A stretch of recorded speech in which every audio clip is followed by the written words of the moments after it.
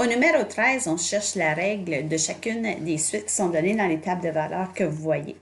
Pour la première table de valeurs, la règle est assez facile à trouver. La raison, c'est la différence entre les termes qui sont consécutifs. Donc, les termes consécutifs, je les ai déjà. On voit que les termes ici font des bonds de plus 3, toujours de plus 3. Donc, dans ma règle, la règle que j'ai obtenue, ça va être y est égal à ax plus b. A serait 3 ici. Le 3, c'est de là qui vient. Maintenant, il faut trouver le terme au rang 0, c'est-à-dire le premier terme moins la raison. Bien, le premier terme, c'est 3. Donc, si je fais un bond en arrière, puis je vais chercher le terme qui précède, s'il y en avait un, bien, ça serait 3 moins la raison, donc moins 3 qui donne 0. C'est pour ça ici qu'on n'a pas de terme numérique. Ce serait 3x plus 0. On n'a juste pas mis le 0, parce que quand on additionne par 0, bien, ça ne change rien. Pour la deuxième suite, c'est encore une suite arithmétique. Donc, le modèle, il va être encore y est égal à x plus b. On voit que les bonds ici sont de plus 25. Donc, la raison, c'est 25. Le a dans la règle, ça va être 25. Puis pour le b, je prends le premier terme, qui est 50. Puis j'enlève, je soustrais la raison. Je fais un bond en arrière pour aller trouver le terme au rang 0. 50 moins la raison, donc 50 moins 25 qui donne 25, c'est ce qui explique le plus 25 qui est ici. Dans la troisième règle, c'est encore une suite arithmétique, vérifier les bonds sont toujours de plus 25 tout le temps. Donc le a dans la règle, c'est 25.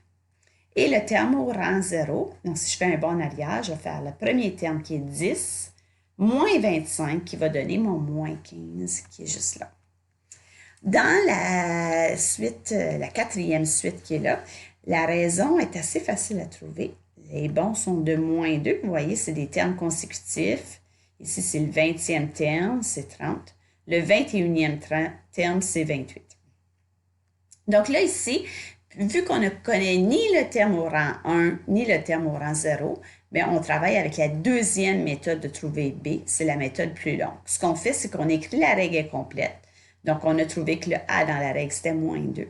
Il nous reste à trouver le B. Donc, c'est pour ça que la règle était complète. Ce qu'on va faire pour trouver B, on va remplacer le X qui est ici et le Y par un couple. Donc, choisis n'importe quel couple au hasard. Parmi les couples qui sont donnés dans la table de valeurs, choisissez des nombres qui sont faciles à travailler avec, donc à faire vos opérations. Par exemple, je peux choisir le couple 20-30. C'est facile à multiplier par 20 ou par 30. Donc, mon X c'est le rang, est remplacé par 20. Vous voyez ça ici dans l'équation. Et le Y, lui, on le remplace par 30. Et là, on fait l'isolation de variables. C'est ce que j'ai fait ici.